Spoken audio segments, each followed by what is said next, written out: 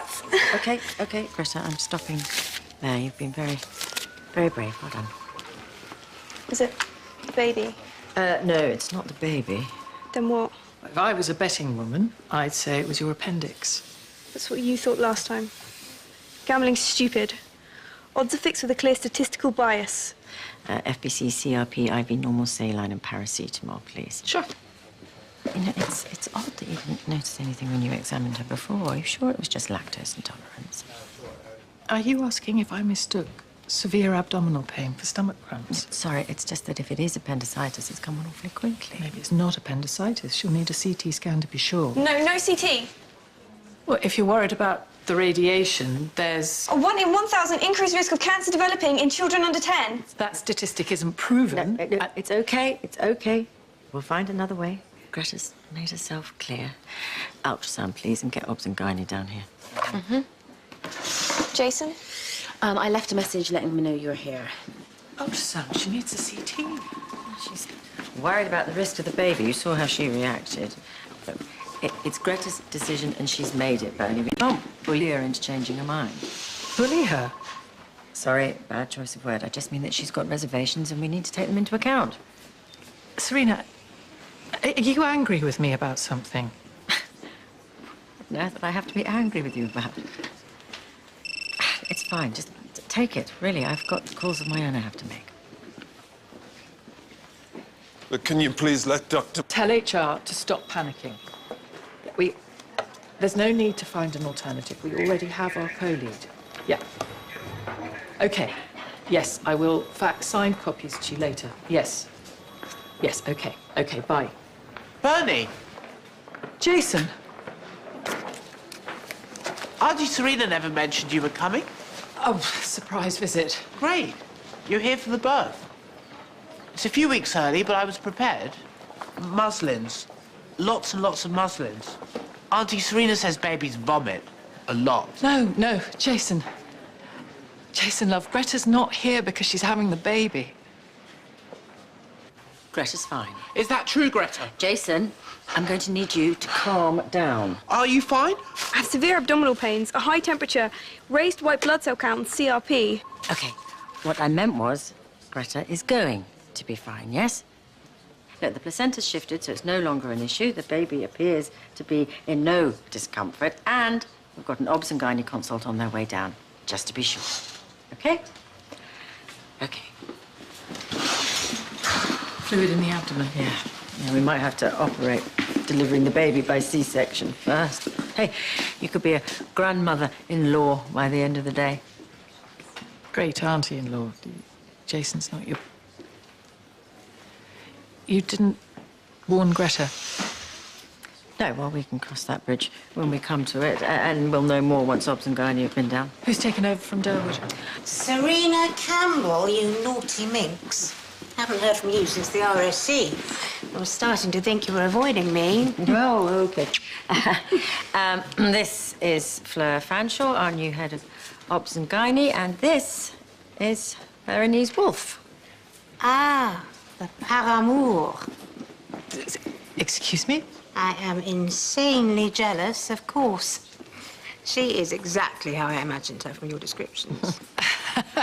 And how was that exactly? Okay, we have quite an urgent case. So. Of course. Fill me in.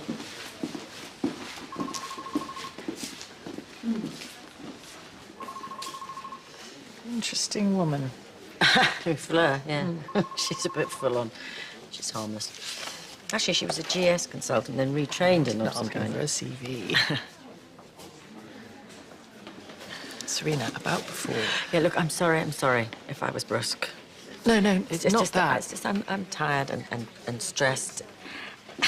And I still can't quite believe that you're here in front of me. And I feel like I haven't had any time to be with you, It's been a long day. It's been a long 5 months not to be with somebody.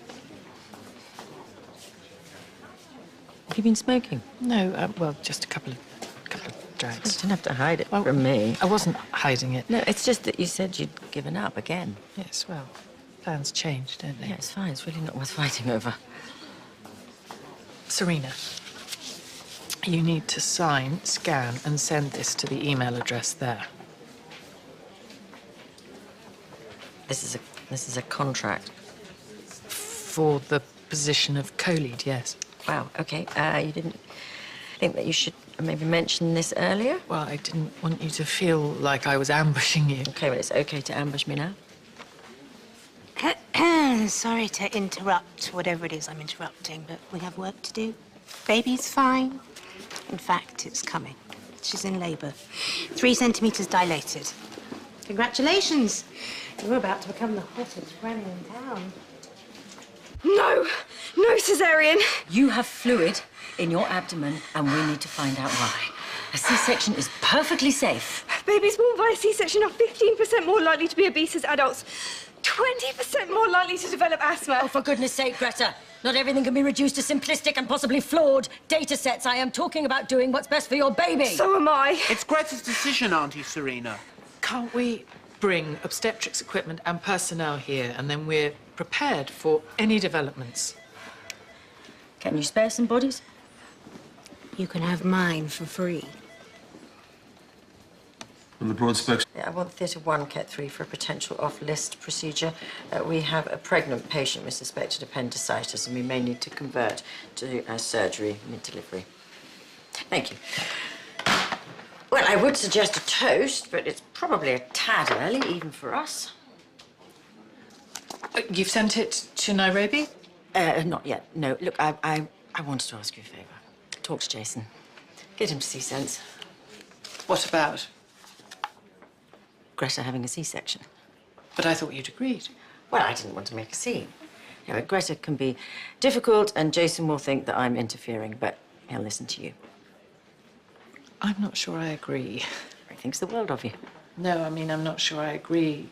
We should manipulate her into having a C-section. I mean, you said yourself earlier, she's made her decision, and she's scared as it is. Not scared enough.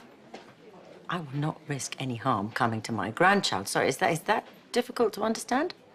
It's not your grandchild, Serena. Semantics. The point is... The point is that we can't bully her into changing her mind. Never stopped you before. What's that supposed to mean? You know, I don't believe this. I am giving up everything for you. Uprooting my entire life to move to another continent to be with you, and you won't support me on this one thing. I thought we made that decision together. I thought it was what you wanted. I thought it was what we both wanted. Auntie Serena, you're leaving?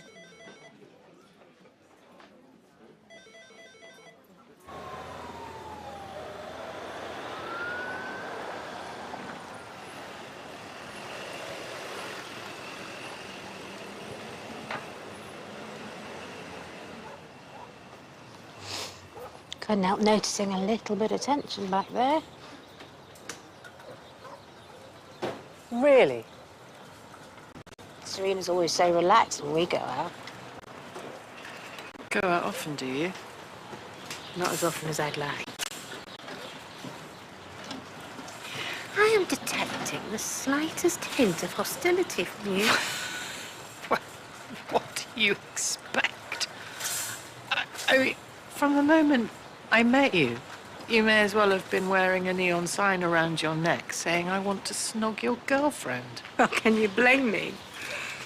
When I first worked here, Serena was a rather dour and remote authority figure.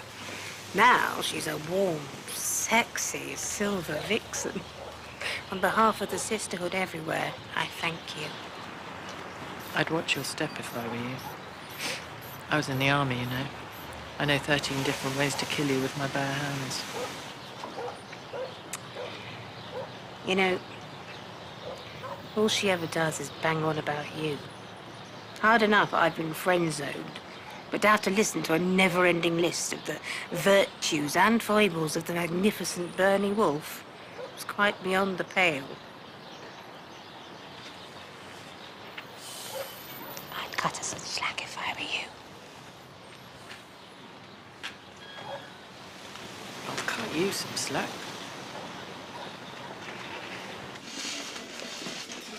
I was going to be with Lenny. I told you that from the start. I know, but then you stayed. And then Greta was pregnant. And it felt like we were going to be a family together. We are, Jason. I'll only be a few hours away. Nairobi, 8 hours non-stop flight. See? Just a plane ride. If it's just a plane ride, why don't you and Bernie visit each other more often? Because it's hard. Because every time you visit, you also have to say goodbye, and that hurts. So it becomes easier not to. Doesn't mean you don't still love each other, though. 40% of all long-distance relationships fail. The average time before the relationship breaks down is 4.5 months. Statistically speaking, you should have broken up weeks ago. Ow! I'm fine. This is to be expected and accounted for. Sounds like we're getting to the business end. You two, out. Stop bothering my patient.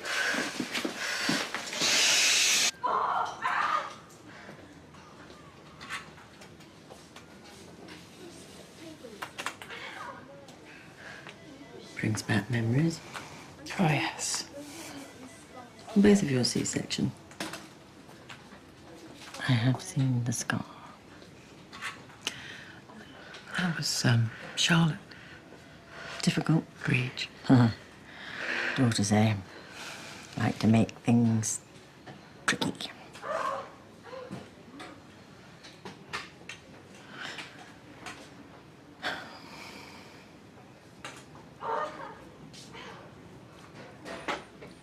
Eleanor? 27 hours.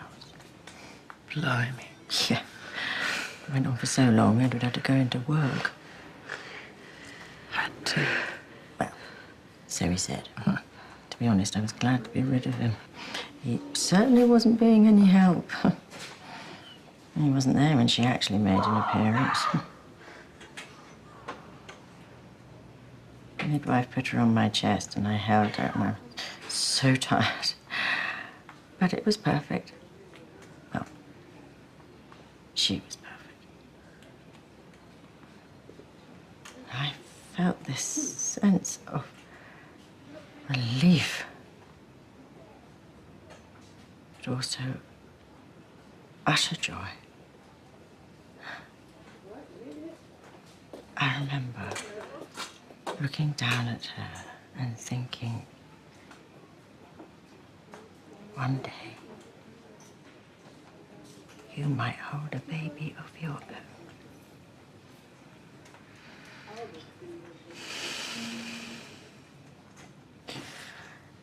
I miss her, Bernie. I miss my daughter. My little girl.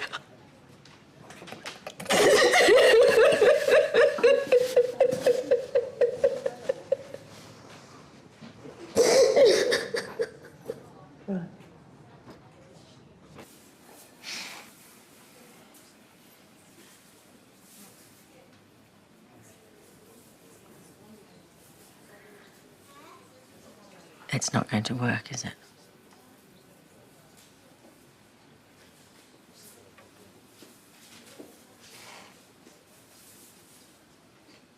I don't know.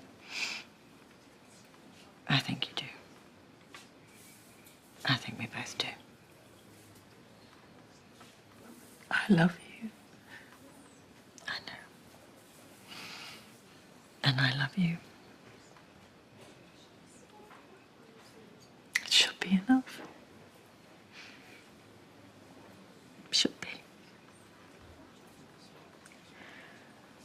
But I can't leave.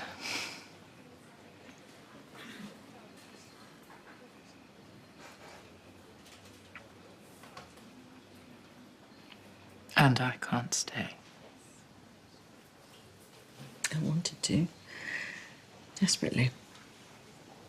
But I have responsibilities here now. You do know. You do. No, she can't be a replacement for him. And maybe I didn't know before, you know. I went a bit tiger grandmother. But she will need me. She will. Just like Greta and Jason will. She's a very lucky girl. Serena,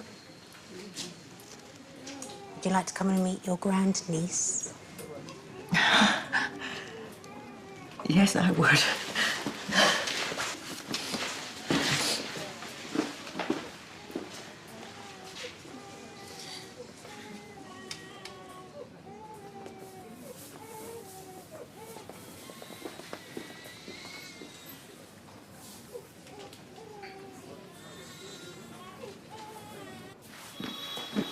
Hey, Greta, they're ready to take you for your CT scan now, all right? Thanks, Kathleen.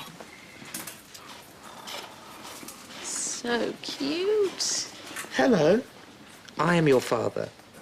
I'm going to take good care of you. Did you decide on a name? Her first name will be Guinevere. But we'd like her middle name to be Eleanor. We wanted some way to honour her memory. Where is Auntie Bernie? She had to go back to Nairobi. I thought you were leaving with her. Change of plan. I can't leave here. And she has things she needs to do. You and the werewolf broke up. Don't you love her anymore? Yes, yes, of course I do. And she still loves me, but it was going to be too difficult to continue while apart. What a complete load of piffle. I have been flirting outrageously with you for months. And you've been so obsessed with her, you've hardly noticed. You were in love. Totally, utterly, blindly in love. And you let her walk out the door. So just to confirm, it's one room for tonight. Single, yes. I'll be there in about half an hour. Okay, thanks. Bye-bye.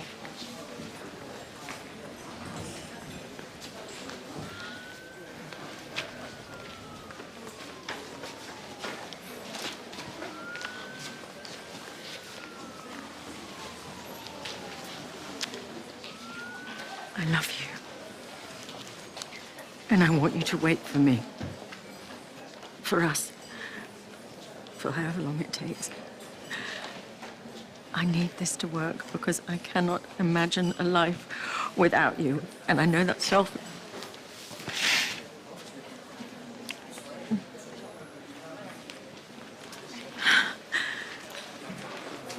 Yes.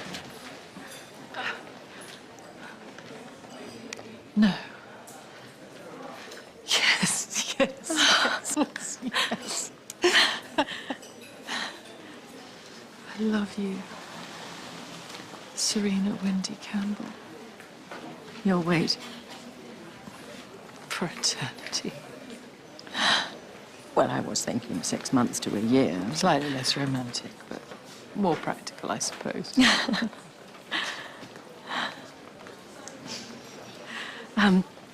We're taking Greta back into theatre. Little help? Try and stop me. Perforated Meckel's diverticulum, not her appendix. Are we losing our magic touch? Quite the contrary. But are you sure we shouldn't stay the night tonight? Jason, he can handle things, and we have certainly earned some time to ourselves. It's been a long day. The night's just getting started. I suppose we do still have 48 hours left. I'll get the car.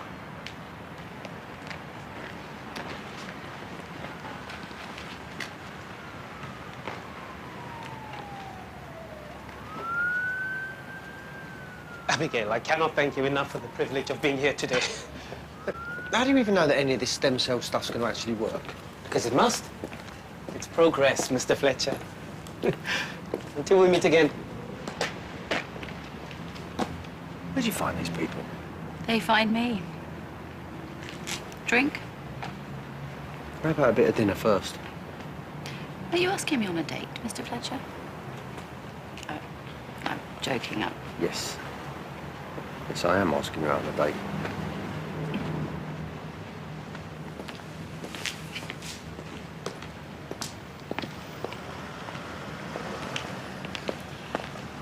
You waiting for Serena?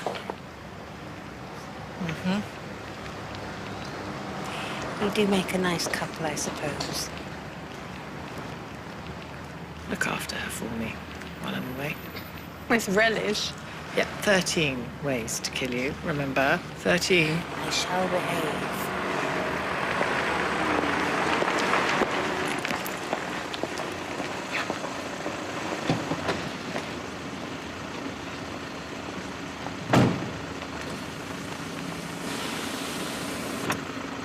You're going to miss this place, aren't you? I'll be back soon enough. Drive.